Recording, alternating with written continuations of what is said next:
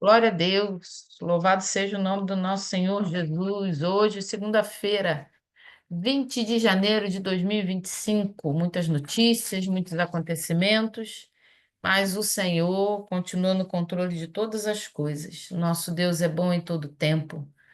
Nosso coração está alegre porque o Senhor tem feito coisas extraordinárias, extraordinárias. Vivemos ontem um culto. Entregamos ontem um culto ao Senhor, onde o Senhor fez coisas maravilhosas no nosso meio. E hoje não será diferente. Que o nosso coração, a nossa mente, a nossa disposição para aprender do Senhor esteja entregue no altar. A adoração, o culto, ele é individual. Nós podemos fazer um culto no domingo, durante o culto, né, que a gente chama aqui de serviço. Podemos fazer um culto dentro de casa, que é o culto do lar. Podemos fazer um culto durante a leitura da palavra, estudo da palavra, culto em oração, em louvor, culto no nosso trabalho, quando nós fazemos um bom trabalho, um ótimo trabalho, e dedicamos tudo aquilo que nós vamos fazer ao Senhor. Tudo isso é um culto ao Senhor. Por quê? Porque nós vivemos para adorar o nosso Deus. Nós decidimos assim.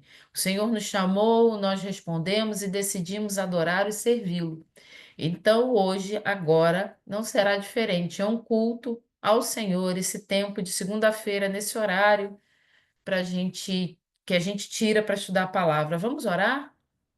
Senhor, nessa noite nós louvamos a Ti, porque o Senhor é maravilhoso, a Sua benignidade dura para sempre. Pai, a Tua palavra diz que a Sua bondade e a Sua misericórdia nos seguirão todos os dias da nossa vida. Meu Deus, que coisa maravilhosa, que promessa maravilhosa. Bondade e misericórdia, bondade e misericórdia, bondade e misericórdia tem nos seguido todos os dias da nossa vida e nós te agradecemos por isso nessa noite. Pai, perdoa os nossos pecados e nos ajuda a compreender quão grande é o teu sacrifício da cruz. Senhor, que tudo isso que nós temos aprendido venha, Pai, produzir frutos e frutos a alimentar os famintos, como nós falamos da última vez, alimentar. Somos aqueles famintos que dividem o pão com outros famintos. Nós temos fome e sede de ti, Senhor, e nos ajuda a tudo aquilo que nós recebermos, Pai. Nós queremos frutificar no teu reino e glorificar o teu nome. Nos dá entendimento, visita cada um de forma individual, visita o lar, Senhor. Que a tua palavra hoje venha encontrar solo fértil, solo perfeito para frutificar. E que também, Senhor, venha sarar aquele que está ferido, trazer esperança ao desesperado, trazer consolo ao que sofre, ao que chora. Eu te peço, Pai, que a tua palavra é a nossa alegria, a nossa esperança. Eu te agradeço no nome de Jesus. Amém. Glória a Deus. Queridos, abra sua Bíblia, João, capítulo 18. A gente vai encerrar o 18 e fazer, acho que é metade do 19. Estamos quase chegando no final do Evangelho de João, o evangelho maravilhoso que nós aprendemos. Aprendemos muito sobre o Evangelho de João. Espero que você tenha conseguido fazer suas anotações. Vamos em João 18, a gente leu até o 27 da última vez, quando Pedro nega Jesus. Nós falamos bastante sobre isso, encerramos falando sobre o momento em que Pedro realmente se arrepende, se dá conta, né, do que o que o Senhor havia avisado a ele aconteceu e ele sente profundo desespero, profunda dor e amargura, se arrepende, chora desesperadamente. A gente, inclusive, leu a referência que tem essa explicação melhor. Melhor não, tem mais detalhado, né? Melhor não, vou corrigir, mais detalhado. É o detalhe que João aqui não colocou para a gente. Então vamos lá, 18, capítulo 18, versículo 28. Jesus diante de Pilatos. A minha Bíblia tem esse título, eu não sei se a sua tem alguma divisão. 18:28 diz assim: Em seguida, os judeus levaram Jesus da casa de Caifás para o pretório. Já estava amanhecendo e, para evitar contaminação cerimonial, os judeus não entraram no pretório, pois queriam participar da Páscoa. Então Pilatos saiu para falar com eles e perguntou: Que acusação vocês têm contra este homem? Responderam eles: Se ele não fosse criminoso, não teríamos entregado a ti. Vamos até aqui no momento. Para a gente lembrar rapidamente, a gente precisa lembrar que Jesus foi julgado pelos sacerdotes, pelos escribas, né, pelo sumo sacerdote da época, de uma forma ilegal, durante a madrugada, às escondidas, muito rápido. Tinha que ser muito rápido, eles queriam que fosse muito rápido. A gente sabe que foi um julgamento injusto, uma acusação sem fundamento nenhum, mas foi tudo maquinado, manipulado desde lá do capítulo 13, se eu não me engano, quando desde o capítulo 13, quando Jesus encontra com os judeus e discute com eles, eles falam sobre a incredulidade. No capítulo 12, no capítulo 13 em diante, aí Jesus começa a falar com os discípulos sobre a humildade. Então, não é no capítulo 13, desde o capítulo 11, até antes. Isso. Logo depois que Lázaro é ressuscitado por Jesus, cria uma situação complicada na cabeça dos sacerdotes da época, tá? O sumo sacerdote Anás e o Caifás. Por quê? Até então, Jesus havia feito uns milagres ali que eles estavam meio que deixando passar, vamos dizer dessa forma. Mas Jesus havia ressuscitado a filha de Jairo, mas ela não tinha chegado a ser sepultada, e a gente sabe que eles ficaram. Jesus entra com o pai e com a mãe da menina, e só os mais próximos manda todo mundo sair, a menina ressuscita, então fica aquele negócio, ninguém viu, será que estava morta? Provavelmente houve muita especulação desse milagre. Depois acontece a ressurreição do filho, Jesus ressuscita o filho da viúva de Naim. Havia aquela viúva, tinha um único filho, ela tá tendo um cortejo fúnebre, estão indo enterrar, ela tá indo enterrar o filho. Jesus passa, se compadece, sente a dor daquela mulher, como mãe, como viúva. Ele toca no caixão e manda o rapaz se levantar e ele ressuscita. Mas ele também não tinha chegado a ser enterrado. Aí você pode criar especulação, se estava morto, se não estava, aquelas mentiradas todas. Só que quando chega o ponto que Jesus ressuscita Lázaro, o cara estava morto já há 4 dias. Inclusive a irmã dele diz o quê? Senhor, ele já deve estar fedendo.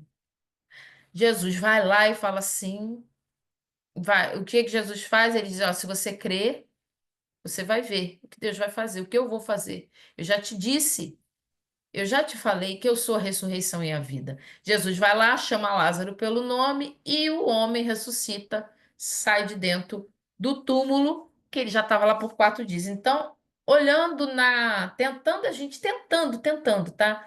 Criar na nossa mente cronológica o que talvez estivesse passando pela cabeça dos sacerdotes dentro das informações que a Bíblia nos dá.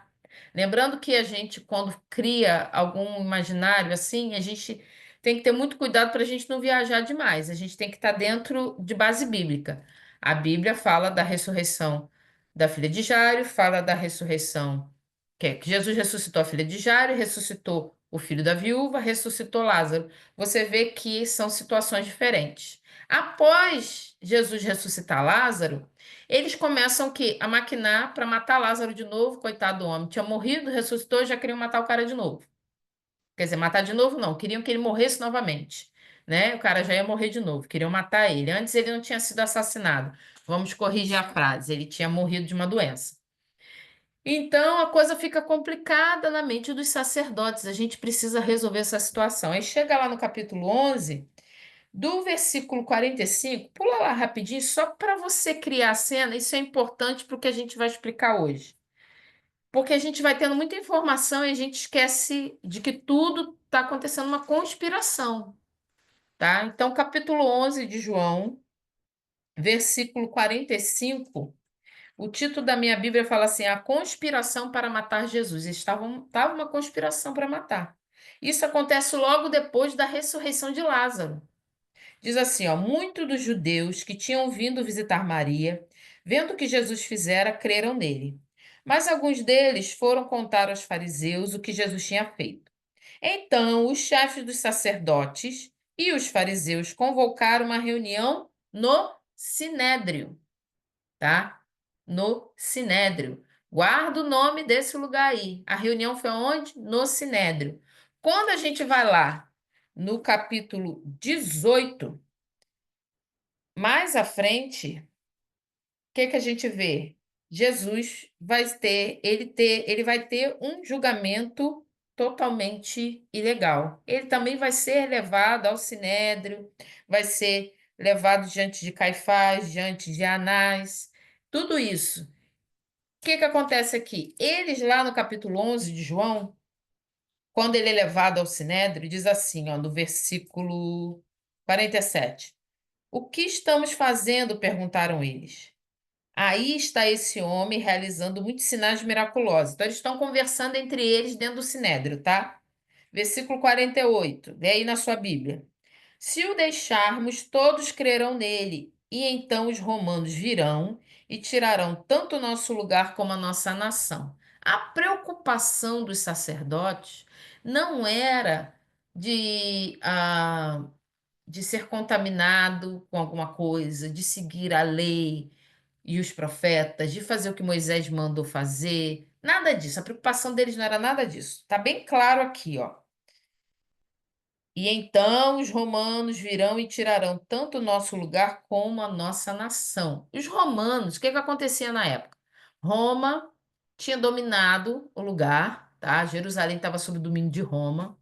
Só que tinha alguns privilégios que os judeus tinham. Eles podiam adorar o próprio Deus. Algumas coisas eles podiam fazer. E esses sacerdotes, eles tinham um certo poder sobre o povo, porque o que eles diziam que estava certo, o povo acreditava. A gente tem um problema aqui. Tinha sacerdote, mas como tinha sacerdote se não tinha mais templo? Lá o templo lá de Salomão. Não tinha mais o templo de Salomão. Não tinha. Esses sacerdotes, a gente não vê se eles eram realmente da descendência de que fala a Bíblia, né? Da tribo de Levi. Provavelmente, talvez não fossem. Existia muitas conspirações, aquela coisa do poder, do domínio, eu quero comandar, dominar. Esses sacerdotes, o que eles diziam que estava correto, estava correto. Se eles dissessem que estava errado, o povo acreditava que estava errado ou deveria seguir. Alguns não acreditavam, mas muitos deveriam seguir. Era eles que comandavam a lei. Então, o que que eles falam aqui, ó, no 49? Então um deles, chamado Caifás, que naquele ano era o sumo sacerdote, tomou a palavra e disse: Nada sabeis. Não percebes que vos é melhor que morra um homem pelo povo e que não pereça toda a nação? Eles já estavam ali conversando, maquinando para matar Jesus. Então, eles tinham que correr contra o tempo. Por quê? Mais à frente, no 13, o que que a gente viu? Jesus fez o quê? Lavou os pés dos discípulos, foi a última ceia, que aconteceu provavelmente na quinta-feira, contando no nosso calendário. Na quinta-feira. Eles precisavam, levar Jesus à morte antes da Páscoa. A Páscoa seria no domingo, o sábado era o sabá, não podia fazer nada no sábado. Ele tinha que morrer muito rápido. Tudo aquilo que a gente leu e estudou desde o capítulo em diante, que Jesus é ungido, aí depois vem o capítulo 13. Isso acontece em pouco tempo. João descreve aqui, mas isso acontece em pouco tempo. Então, a maquinação aqui para prender e para matar Jesus já estava na mente deles. No 28 aqui do capítulo 18, o que que a gente leu?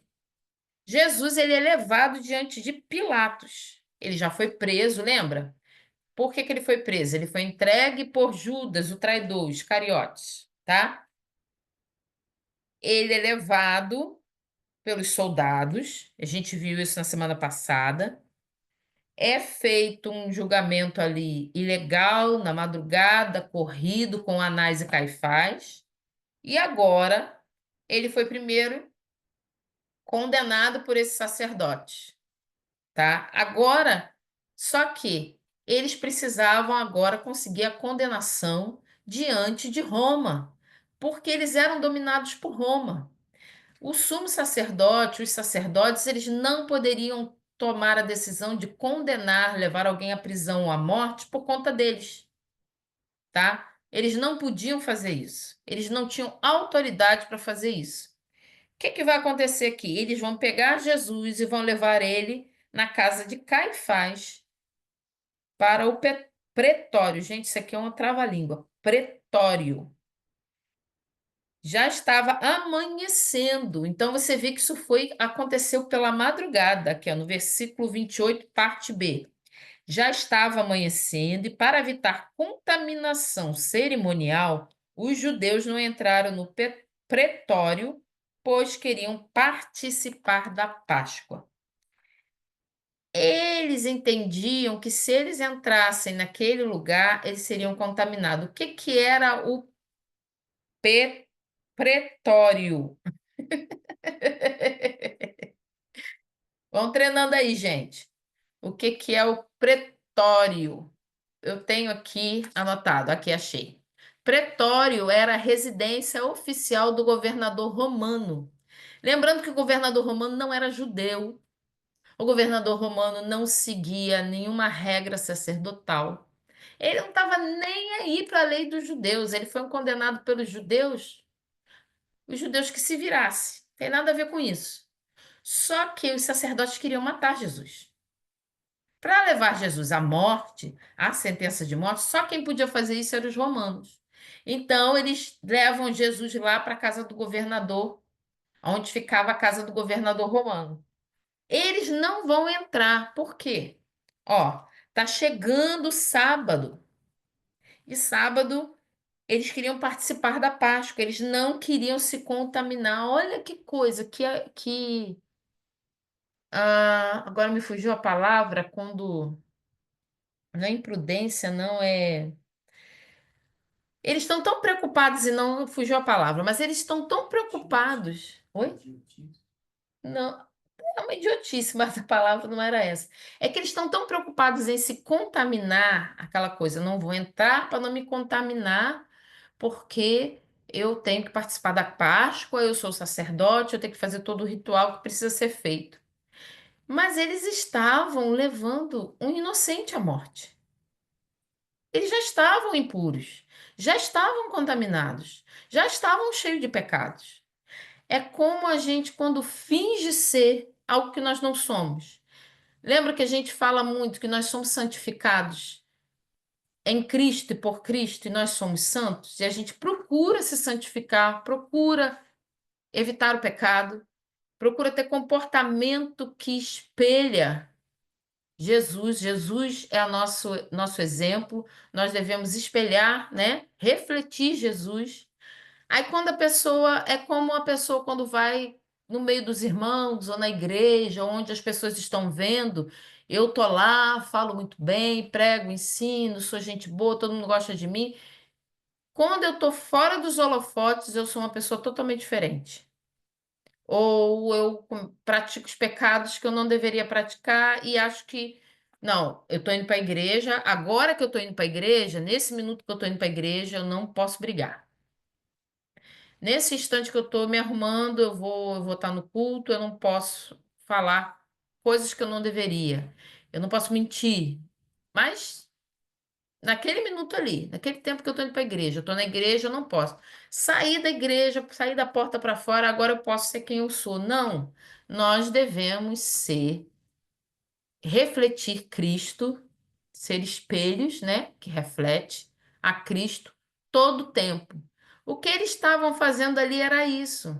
Eles se comportavam de uma forma do tipo: não posso entrar na casa do governador porque ele não é judeu, é um lugar impuro. Mas eles estavam levando um inocente à morte, a ser julgado. Eles queriam matar o inocente. Não vou nem falar que eles estavam matando Jesus, o Messias. Ainda que eles não soubessem, não tivessem entendido que quem era Jesus, eles estavam levando o inocente. Hipocrisia. Lembrei a palavra. Isso é hipocrisia, né? Fingir ser algo que nós não somos. E é o que eles estavam fazendo aqui. Versículo 29. Então Pilatos saiu para falar com eles e perguntou: que acusação vocês têm contra este homem? Pilatos queria saber. Tá, vocês trouxeram ele para mim e ele será julgado. Vocês estão querendo acusar ele de quê?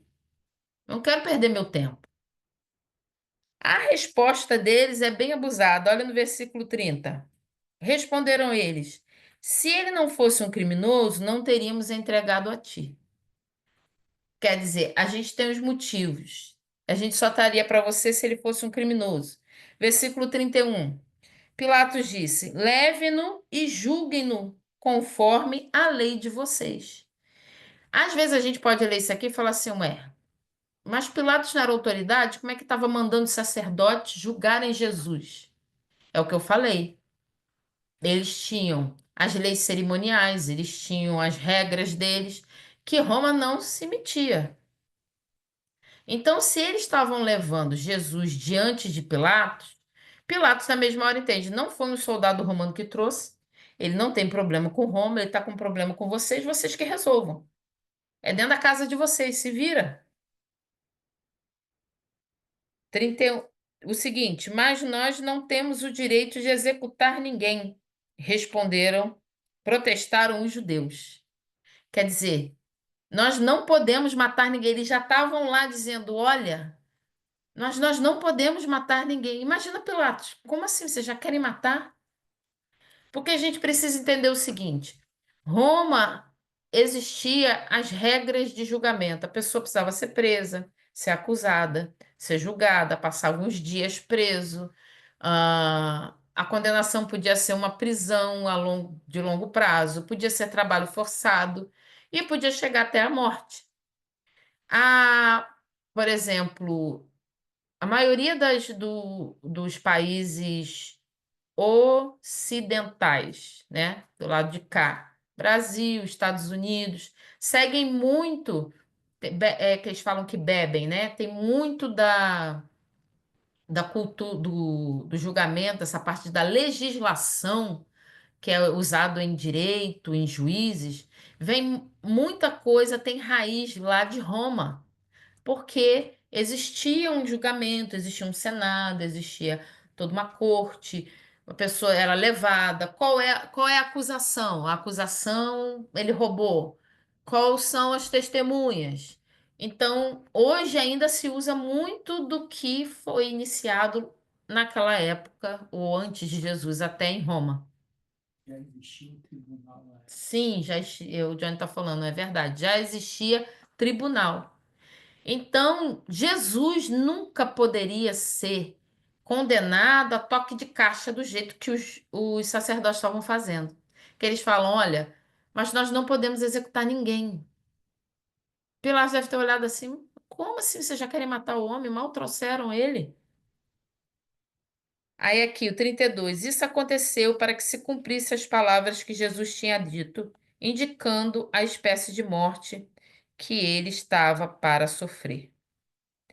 Pilatos então voltou ao pretório, chamou Jesus e lhe perguntou: você é rei dos judeus? Perguntou-lhe Jesus: essa pergunta é sua ou outros lhe falaram a meu respeito? Não se resolveu. Pilatos leva Jesus para dentro da residência dele e pergunta: você é o rei dos judeus? Jesus sabiamente fala assim: é você mesmo que quer saber ou você está indo pela cabeça dos outros? De onde está vindo essa ideia sua, né? Depois eu ponho aqui a foto. Respondeu Pilatos: acaso sou judeu? Foram o seu povo e os chefes dos sacerdotes que entregaram você a mim. O que é que você fez? Disse Jesus: o meu reino não é deste mundo. Se fosse, os meus servos lutariam para impedir que os judeus me prendessem, mas agora o meu reino não é daqui. Então você é rei, disse Pilatos. Jesus respondeu: tu dizes que sou rei. De fato, por esta razão nasci, e para isto vim ao mundo para testemunhar a verdade. Todos os que são da verdade me ouvem. Aí ele pergunta: que é a verdade? Perguntou Pilatos. Ele disse isso e saiu novamente para onde estavam os judeus e disse: não acho nele motivo algum de acusação. A pergunta que vem para a gente: quem foi que matou Jesus? Foram os judeus ou foram os romanos? Quem matou Jesus?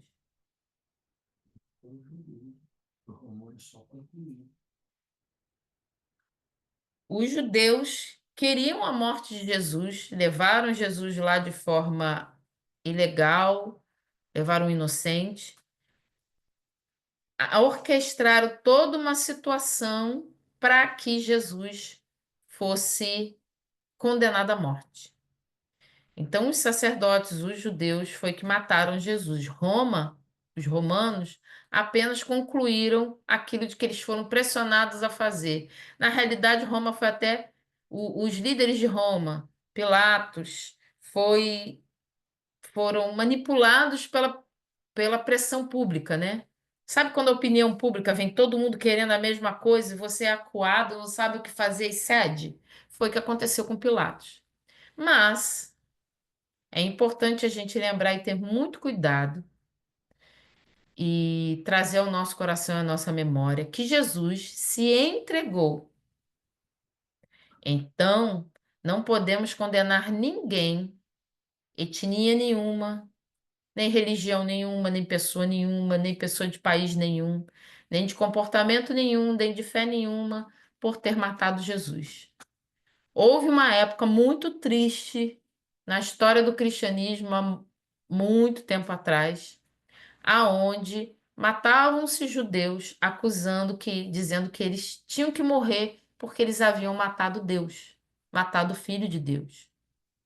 Nós não estamos aqui de forma nenhuma para acusar ninguém, nem etnia nenhuma, nem nada. Nós sabemos que o nosso Deus tem o controle de todas as coisas e ele entregou a si mesmo. Os sacerdotes estavam cegos do pecado, cheios de orgulho, manipularam a situação e levaram Jesus à crucificação. Mas Jesus só foi crucificado porque ele se entregou. Então, o que que nós devemos fazer sempre? Amar uns aos outros, pregar a palavra, dizer que Jesus, ele é amor, ele perdoa, ele não abandona e não nega um coração realmente arrependido. E a gente precisa ter muito cuidado com isso, tá? Principalmente nos dias de hoje. Nós devemos amar e falar que Jesus é o único caminho, a verdade e a vida, ele é a salvação. Então, na história, foi o que aconteceu, mas nós não estamos, porque todas as vezes que nós pecamos, se a gente pudesse colocar isso, materializar o nosso pecado, nós participaríamos dessa crucificação. Provavelmente, se nós estivéssemos lá, nós teríamos gritado: crucifica, crucifica. Então, a gente precisa ter muito cuidado, tá? Porque, infelizmente, tem pessoas ainda que têm um pensamento dessa forma. Então, ninguém é culpado da morte de Jesus. Culpado é o nosso pecado. Todos nós somos culpados. O que levou Jesus à morte foi o meu pecado. Foi o nosso pecado que levou Jesus à crucificação. Então, Pilatos vira para Jesus e faz assim: olha, que é a verdade? Porque Jesus tinha dito para ele aqui no 37, finalzinho do seu capítulo 18, 37 diz assim, ó: todos que são da verdade me ouvem. E Pilatos pergunta: que é a verdade? Pilatos estava perguntando para a verdade em pessoa o que é a verdade. Até hoje, pessoas relativizam a verdade. Isso já era um assunto dessa época. O que que é a verdade? Aquela história que é verdade para mim não é para você, o que eu acho não é o que você acha. Mas nós temos aprendido aqui claramente em João que a verdade é uma pessoa e ela se chama Jesus Cristo. Pilatos estava falando com a verdade em pessoa e perguntou: o que é a verdade? Ele disse isso e saiu novamente para onde estavam os judeus e disse: não acho nele motivo algum de acusação. Então, diante da lei dos romanos, não tinha nada para acusar Jesus. Seguindo aqui, 39. Contudo, segundo o costume de vocês, devo libertar um prisioneiro por ocasião da Páscoa. Querem que eu solte o rei dos judeus? Provavelmente Pilatos pensou que falando assim ele conseguiria libertar Jesus. Porque existia uma tradição de é Páscoa, então vamos mostrar uma compaixão, uma benevolência e vamos soltar um preso. Pilatos, como não viu nenhum motivo para acusar Jesus, para Jesus ser condenado, ele joga essa aqui. Aí o que que eles respondem no 40? Eles, em resposta, gritaram: não, ele não. Queremos Barrabás. Aí João completa dizendo assim: ora, Barrabás era um bandido. Provavelmente alguns historiadores acreditam, né, que Barrabás era líder de grupos de resistência, como os Zelotes, por exemplo. Zelotes eram grupos de judeus que ficavam se reunindo às escondidas, maquinando, planejando para poder atacar os líderes de Roma e tomar o poder. Alguns acreditam que Barrabás fosse algum líder desse grupo, outros acreditam que Barrabás era apenas líder de grupo, realmente tipo uma quadrilha que roubava e matava, não se sabe, mas sabe que ele era um bandido. Alguns, inclusive, pensam que, como eram, lembra que foram três cruzes? Jesus crucificado no meio e mais dois ladrões? Provavelmente, lembra, era para ser para Barrabás. Então, essa cruz não estava preparada para Jesus, porque o julgamento, lembra que foi a toque de caixa? Essa cruz do meio provavelmente era para Barrabás, então seria o chefe da quadrilha e mais dois comparsas. Alguns acreditam que essa era a provável cena que ia acontecer. Não se tem certeza, mas tem sentido, tá? Tem sentido. Capítulo 19 diz o seguinte: o meu título fala assim, ó, Jesus é condenado à crucificação. Então Pilatos mandou açoitar Jesus. Ok, não precisava ser açoitado. Ele poderia simplesmente ir para julgamento. Mas por algum motivo, Pilatos manda açoitar Jesus. Antes da crucificação, Jesus foi açoitado. Versículo 2: os soldados teceram uma coroa de espinhos e puseram na cabeça dele. Vestiram-no com uma capa de púrpura e, chegando-se a ele, diziam: Salve, Rei dos Judeus! E batiam-lhe no rosto. Pula lá para Mateus, capítulo 27.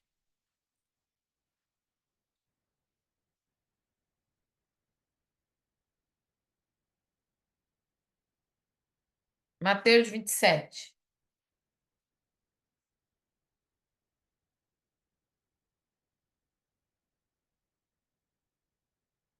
Lembra aqui que Pilatos estava falando para os sacerdotes e perguntou: qual que vocês querem que eu solte? A gente vai voltar daí. Mateus 27, 21 diz assim: então perguntou o governador: qual dos dois vocês querem que eu solte?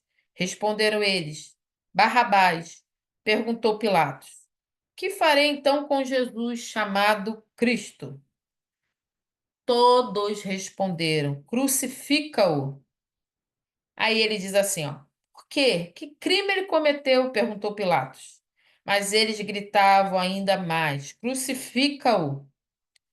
Quando Pilatos percebeu que não estava obtendo nenhum resultado, mas ao contrário, estava se iniciando um tumulto, mandou trazer água e lavou as mãos diante da multidão e disse: Estou inocente do sangue deste homem, e a responsabilidade é de vocês. Todo o povo respondeu: Que o sangue dele caia sobre nós e sobre nossos filhos. Então Pilatos soltou-lhes Barrabás, mandou açoitar Jesus e o entregou para ser crucificado. A multidão ficou enlouquecida. Não, não vai soltar Barrabás, crucifica Jesus, crucifica, crucifica. Ele manda açoitar Jesus antes da crucificação. Antes da crucificação, não foi só açoite, foi uma sessão de tortura. Ele sofreu açoites romanos de forma cruel e dolorosa. Eram açoites terríveis. Esse instrumento usado para açoitar o preso, no caso aqui para açoitar Jesus, para bater em Jesus, ele tinha um cabo de madeira e era preso um chicote, tá, na ponta, com ele todo retorcido com tiras de couro e nas pontas eram amarrados ossos e ganchos de metal.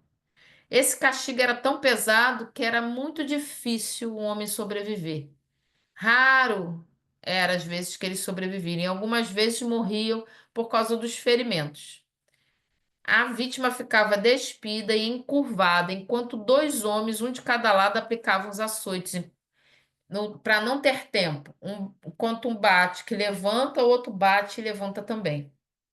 A violência do impacto, o cordão de couro criava profundos hematomas e cortes, enquanto as pontas dos ossos e ganchos de metal cravavam e rasgavam a pele. A carne do açoitado ficava tão dilacerada que veias e até órgãos internos ficavam expostos entre os profundos ferimentos. Então aquilo entrava, rasgando e vinha arrancando pedaço. Eu achei uma foto de que um desenho, né, de como provavelmente era o material de um açoite romano, de um flagelo. Então a gente vê aí o cabo, as tiras de couro, né? Com pedaços de ossos, você vê aí nessa parte, tem umas bolinhas, aí tem o que parece uma estrela, são ossos de ovelha, né? Com coisas na ponta, tem bolas, tem pontas de ferro. Então, era desse jeito. Isso aí eles iam batendo e aquilo batia no corpo e voltava já arrancando pedaços. Provavelmente foi um desse, mais ou menos parecido com esse aí que usaram em Jesus. Isso tudo por causa do nosso pecado. Ele já começa a sentir e a ser flagelado ali. Então não foi apenas umas, que já seria muito, né? Apenas eu acho que até é falar de uma forma errada. Não foram chicotadas, que já seria terrível. Foram açoites, que eram chicotes com algumas peças presas neles para fazer uns ferimentos piores do que a gente pode imaginar. Ele sofre tudo isso e ainda vai ser zombado. Segue ali, vai lá, em João 19. Mais uma vez Pilatos saiu, 19:4. Mais uma vez Pilatos saiu e disse aos judeus: Vejam, eu estou trazendo a vocês, para que saibam que não acho nele motivo algum de acusação. Quando Jesus veio para fora, usando a coroa de espinhos e a capa de púrpura, disse-lhes Pilatos: Eis o homem. Ao vê-lo, os chefes dos sacerdotes e os guardas gritaram: Crucifica-o, crucifica-o. Então, nesse ponto aqui, Jesus já estava dilacerado, já estava muito maltratado. E nesse ponto aqui, Jesus vai sofrer a humilhação. Antes dele chegar aqui, porque João ele não descreve, mas os outros evangelhos, principalmente o evangelho de Mateus, ele explica que Jesus, além do açoite, ele vai ser zombado. Quer ver, ó? Volta lá para Mateus. Mateus 27. 27, versículo 27.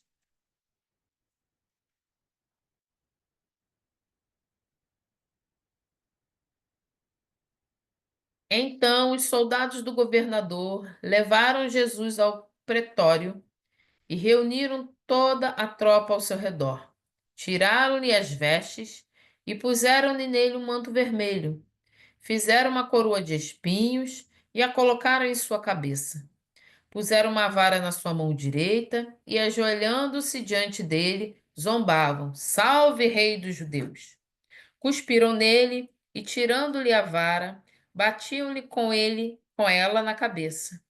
Depois de terem zombado dele, tiraram-lhe o manto e vestiram-lhe suas próprias roupas. Então o levaram para crucificá-lo. Então Jesus aqui ele vai sofrer todo tipo de zombaria, vai ser chamado de rei dos judeus de uma forma de deboche. Ele foi cuspido, foi despido, literalmente despido. É, Quando a gente assiste os filmes, a gente vê, e nas fotos, fotos não, nas pinturas, né? Fotos não, nas obras de arte, sempre um tecido em volta da parte genital, né? Da genitária. Mas provavelmente, e a maioria acredita que Jesus foi crucificado nu, porque a ideia era humilhar até o último, o máximo que pudesse ser. Então, acredita-se que Jesus foi crucificado nu. Ah, Colocaram ele um manto de púrpura, que provavelmente era uma coisa muito velha. Soldados pegaram algo que estava descartado, despiram ele. Pensa que ele estava todo ferido, machucado. Eles arrancam esse ato de tirar a roupa de Jesus com ele todo ferido, já deve ter causado uma dor terrível. Eles fazem a coroa de espinhos, colocam na cabeça de Jesus. Eu acredito que essa coroa foi praticamente fincada na cabeça de Jesus, porque se simplesmente põe ela, eles devem ter firmado ela a ponto de entrar na carne, a Bíblia não diz, mas isso é algo muito provável, porque para que ele não, essa coroa não caísse no caminho, né? E os soldados, além de escarnecer Jesus, eles machucaram e feriram ele cada vez mais. Essa coroa de espinhos, ela deve ter entrado com os espinhos aqui dentro da carne dele, e ele já estava com a carne toda dilacerada, e ele é levado assim para carregar a sua cruz. Volta lá para João 19.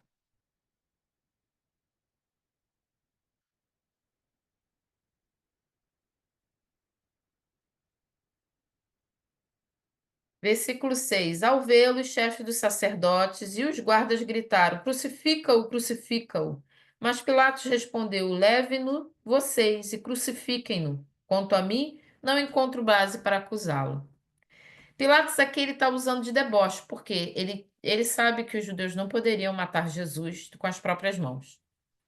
Versículo 7. Os judeus insistiram: Temos uma lei. E de acordo com essa lei, ele deve morrer, porque se declarou filho de Deus. Os sacerdotes usaram isso, às vezes que Jesus falou, várias vezes ele se intitulou como Deus, como filho de Deus, como blasfêmia. Só que blasfêmia, matar Jesus por blasfêmia, ele deveria ser morto apedrejado. Na lei, lá em Deuteronômio, se eu não me engano, diz que ele deveria ser morto apedrejado. Ele estava levando ele a ser crucificado, que era algo que nem estava na lei. Esse tipo de condenação não existia na lei. Ah, 8. Ao ouvir isso, Pilatos ficou ainda mais amedrontado e voltou. para dentro do palácio. Então perguntou a Jesus: De onde você vem? Mas Jesus não lhe deu resposta. Esse amedrontado aqui de Pilatos provavelmente foi porque a mulher dele tinha tido um sonho na noite anterior. Ela teve um pesadelo. Não se sabe o que ela sonhou, mas era sobre Jesus. E ela avisa ele, fala assim: Olha, não se mete com esse homem que você vai ter problema. Então, esse momento aqui em Jesus ficou, que Jesus não, que Pilatos fica amedrontado, ele provavelmente lembrou do que a mulher dele tinha dito para ele. E ele pergunta para Jesus: De onde você vem? Mas Jesus não lhe deu resposta. Versículo 10. Você se nega a falar comigo? Disse Pilatos. Não sabe que eu tenho autoridade para libertá-lo e para crucificá-lo? Jesus respondeu: Não terias nenhuma autoridade sobre mim se esta não te fosse dada de cima. Por isso, aquele que me entregou a ti é culpado de um pecado maior. Claramente aqui, Jesus fala aquilo que a gente acabou de falar. Se Deus não tivesse se entregado ali, se o Pai não tivesse entregado o Filho dele por livre e espontânea vontade, Jesus não tivesse ali por livre e espontânea vontade, ninguém teria conseguido levar Jesus. Ele se entregou, tá? Versículo 12. Daí em diante, Pilatos procurou libertar Jesus, mas os judeus gritavam: Se deixares esse homem livre, não és amigo de César. Quem se diz rei opõe-se a César. Lembra que eu falei que Pilatos ele vai se sentir pressionado, ele vai ficar pressionado pela multidão? Não, os sacerdotes ainda estavam tentando convencer, eles precisavam matar Jesus rápido, dentro dos planos que eles tinham feito. Esse negócio de se dizer filho de Deus, ser motivo para Roma matar Jesus, não colou. Cola para judeu querer matar Jesus, para sacerdote querer matar Jesus. Por quê? Porque era uma blasfêmia, segundo eles. Aí o que que acontece? Quando eles dão essa justificativa para Pilatos, o que que Pilatos faz? Vai tentar libertar. Isso não tem nada a ver com Roma. Ele dizer que é Deus, mas não é Deus, ele não é Deus nada. Era o que Pilatos estava pensando, que é só mais um doido aí. Só que os sacerdotes, que não eram bobo nem nada, o que que eles dizem? Olha, se deixares esse homem livre, não és amigo de César. Quem se diz rei, opõe-se a César. Opa, mexeu no calo do homem. Pilatos, ele era um palmadado de César. Ele estava ali como um prefeito de um lugar, provavelmente. Então, ele não podia arrumar problema com César, de forma nenhuma. Aí o que que os sacerdotes fizeram? Ele diz que é rei. O único rei é César. Se ele fala que é rei, ele está tendo problema, ele está querendo tomar o lugar de César. Se você liberta ele, vai chegar no ouvido de César o quê? Que você libertou alguém que está querendo tomar o trono de César. Aí o que que eles fizeram? Eles colocaram Pilatos numa situação difícil. Eles conseguiram espremer Pilatos. Versículo 13. Ao ouvir isso, Pilatos trouxe Jesus para fora e sentou-se na cadeira de juiz, num lugar conhecido como pavimento de pedra, que em aramaico é Gábata. Era o dia da preparação da semana da Páscoa, por volta do meio-dia. Algumas traduções vão dizer por volta das 6 horas. A gente já falou sobre esse negócio de horário lá no começo do livro, do estudo do livro de João. A gente não vai voltar para isso. Por quê? A hora de Roma era contada de um jeito, tá? E o horário dos sacerdotes, dos judeus, dos religiosos era contado de outra forma. Então a gente não pode aqui levar o pé da letra tipo, meio-dia era meio-dia com sol escaldante. A gente não sabe se era realmente, se João aqui está contando a hora de Roma, meio-dia, ou se ele está contando, por exemplo, a hora dos sacerdotes. Tem hora que ele fala 6 horas, então, assim, esse horário fica um pouco vago por causa disso. Se quiser saber mais, volta lá para o nosso estudo de João lá no YouTube, tá? Eis o rei de vocês, disse Pilatos aos judeus. Mas eles gritaram: Mata, mata, crucifica-o. Devo crucificar o rei de vocês? Perguntou Pilatos. Não temos rei senão César, responderam os chefes dos sacerdotes. Finalmente, Pilatos o entregou a eles para ser crucificado. Pilatos entregou a eles para que ele fosse crucificado. Jesus aqui é levado para ser crucificado, para morrer em nosso lugar. Tudo que Jesus viveu, por mais terrível que tenha sido, as dores que ele viveu, os flagelos que ele sofreu, toda a dor dos açoites, da zombaria, da nudez, isso tudo não tem o peso que tem o nosso pecado. Tudo isso que Jesus viveu de sofrimento físico não se compara ao que o meu pecado faz em Jesus. O meu pecado é o culpado, a minha atitude pecaminosa, o pecado que aconteceu lá em Gênesis 3 é o culpado pela sentença de morte do Filho de Deus. No momento em que Adão e Eva decidiram tomar as suas próprias decisões, as suas próprias escolhas contra a decisão e a ordem de Deus, que veio o pecado, o próprio Deus providenciou o Cordeiro puro e santo para morrer no nosso lugar. Jesus sofre tudo isso por nossa causa, por decisão dele, amor que ele tem, mas o motivo é o nosso pecado. Para que eu e você pudéssemos receber a graça da salvação. É importante a gente ter esse entendimento, não para a gente ficar chorando e sofrendo. Claro, é terrível imaginar e pensar o que Jesus viveu, é terrível. Não estamos aqui de forma nenhuma dizendo que o sofrimento dos flagelos, de tudo aquilo que Jesus sofreu ali, da coroa de espinhos, da zombaria, de tudo que ele apanhou, do sangue que ele derramou ali enquanto ele estava sendo torturado, tudo que ele sofreu, que isso não tem peso, isso tem muito peso. Mas mais do que isso, a gente precisa trazer à nossa memória que não adianta a gente sentir dó ou pena de Jesus. Ah, coitado. Ah, ele sofreu tanto.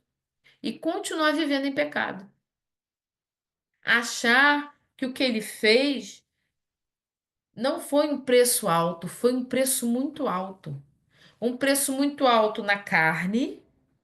Por isso que a gente sempre fala que o material e o espiritual, essa vida que nós vivemos e o espiritual, eles andam juntos. Jesus poderia simplesmente ter morrido, ter sido morto ali sem ter sofrido todos esses flagelos. Mas esses flagelos que Jesus sofreu, essa tortura física, essa humilhação que Jesus viveu, aponta para tudo que ele carregou no mundo espiritual por causa dos nossos pecados. Tudo isso que ele estava vivendo fisicamente, espiritualmente, ele também estava vivendo provavelmente muito mais do que o físico. Ele estava carregando todo o meu, o seu e o nosso pecado na cruz. Ele não levou só ali na cruz, desde o início da entrega, do sofrimento, ele já estava sentindo tudo isso. Esse sacrifício de Jesus nos traz a, a salvação de graça. É uma graça que a gente chama de uma graça imerecida. Eu não mereço, você não merece, ninguém merece. Ah, porque eu mereço. Não, nós não merecemos nada. O nosso Senhor Jesus fez por amor. E ele agora comprou com preço alto e preço de sangue. Como que eu estou levando a minha vida a partir desse entendimento? de qualquer forma. Ah, eu estou só com pena. Ah, eu não consigo assistir aquele filme Paixão de Cristo porque é pesado demais.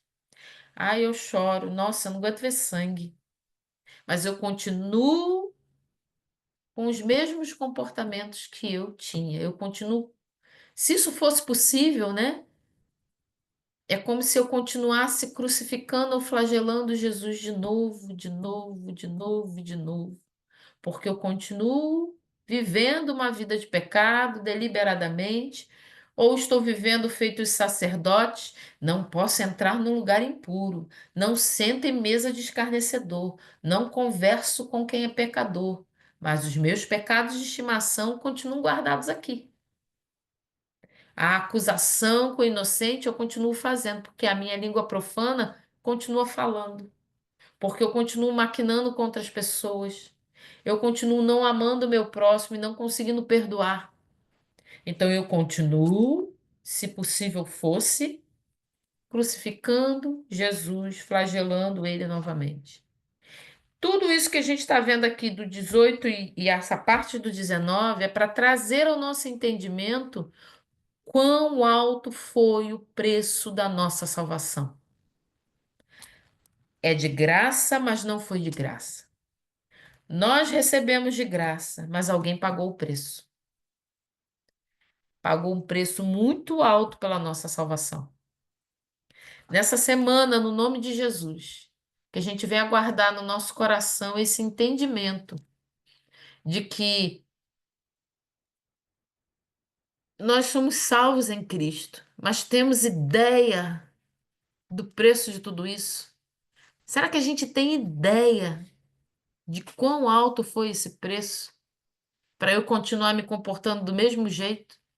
Para eu dizer que eu não dou conta, eu não consigo deixar esse vício, eu não consigo congregar com ninguém porque eu não consigo me envolver, porque a igreja tem muita gente falsa, ou porque tantas justificativas que eu dou para o meu pecado.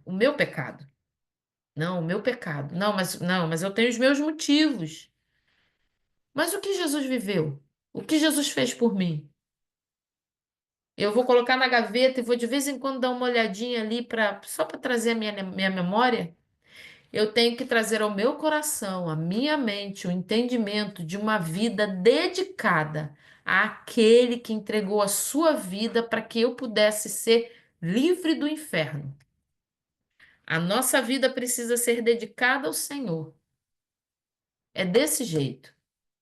Muitos estão ensinando ou têm entendimento de que não, Jesus pagou o preço, ele já fez tudo, eu não preciso fazer nada, o céu está só me esperando, eu vou viver uma vida do jeito que eu quiser, porque agora eu tenho entendimento, eu sei, ele pagou o preço, está tudo ok, quando eu morrer eu estou com ele. Não é assim que funciona. Eu preciso refletir que eu estou salvo. Como que nós conhecemos alguém que é salvo? Em Cristo. Por causa das atitudes, por causa do comportamento. Por levar de forma leviana esse entendimento, nós cristãos estamos tendo um comportamento pior do que quem está no mundo, porque a gente não está tendo mais entendimento. Não estão pregando sobre pecado, não estão falando mais sobre a cruz, não estão falando mais sobre a crucificação, não se fala sobre o preço que foi pago, que foi alto, e sobre a dívida que foi paga. Não, tá tudo ok, né, Bianca? Tá tudo ok, tá tudo certo. Jesus pagou o preço, eu não devo mais nada. Eu posso fazer o que eu quiser. Nessa semana, vamos trazer à nossa memória, ao nosso coração, a responsabilidade que é servir a Cristo, seguir a Cristo. Porque a nossa responsabilidade agora é transbordar essa graça na vida daqueles que estão perdidos sem entendimento disso. Que estão vivendo um pecado, se afundando no pecado, e alguns estão vivendo assim por desespero. Não dou mais jeito, não tem mais solução para mim. Eu vou continuar pecando. Nós devemos ser a voz que clama no deserto, como João fazia. Há esperança, Jesus está voltando, mas ainda há tempo. Mas como que eu posso chegar para alguém e falar de Jesus se o meu comportamento não mostra o Deus a quem eu sirvo? Se não reflete a Cristo, a pessoa vai olhar para mim e não vai ser muito difícil. Claro, existem exceções que o Senhor se apresenta em sonhos, o Senhor vai buscar, o Senhor trabalha do jeito que Ele quiser, mas não é. Não, nós não podemos usar isso como desculpa para não ter uma vida santa, porque nós fomos santificados em Cristo. Vamos orar? Senhor, nessa noite, Pai, eu quero lhe agradecer. Agradecer porque o Senhor suportou todo tipo de humilhação por nossa causa, por nosso pecado, por amor. O Senhor decidiu nos amar. Não há nada que a gente faça que possa pagar isso. Não há nada, nada, nada. Não há comportamento, não há palavras, não há obras, nada. Nada, nada vai mudar isso. O Senhor já fez, está feito. Mas, Pai, nos ajuda a refletir neste mundo terrível a Sua obra da cruz. Nos ajuda, Pai, a ter um comportamento que aponta para a graça salvadora de Jesus. Uma graça que nos alcançou com um preço tão alto e que temos, Senhor, levado de forma tão leviana, tão de qualquer maneira, de qualquer jeito. Nos apruma, Senhor, a começar em nós, para que a gente consiga, Senhor, chegar àqueles que estão desesperados e perdidos, porque ainda há esperança. Na cruz houve esperança. Nos últimos instantes, houve aquele, Senhor, que se arrependeu. E o Senhor, em últimos instantes, o Senhor ainda o perdoou, ainda há tempo, nos ajuda a ter entendimento que o Senhor pagou um preço muito alto, que nós devemos viver uma vida santa que aponta para Ti, Senhor. Eu lhe peço, Senhor, em nosso coração e na nossa mente, crava, escreve com letras de fogo na tábua do nosso coração, na nossa mente, no nosso neurônio, para que nunca mais a gente venha esquecer quão alto é esse preço. Pai, eu te louvo, te agradeço pela cruz. Senhor, o que foi objeto de desonra para ti, Senhor, naquele dia. Hoje nós levantamos e usamos como símbolo da nossa salvação em ti. Nós te damos graças e te agradecemos, Pai, mais uma vez, no nome de Jesus. Amém. Glória a Deus.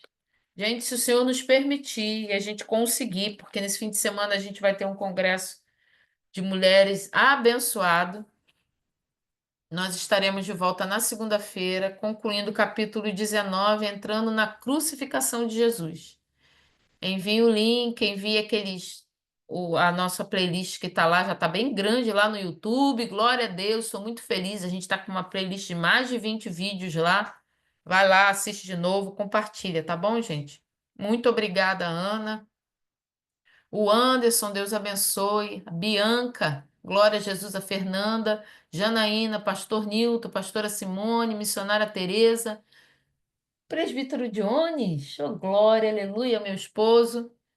Amém, amém, Anderson. Glória a Jesus. Deus abençoe vocês. Fiquem com Deus, um bom descanso até esse fim de semana. Em nome de Jesus, um beijo.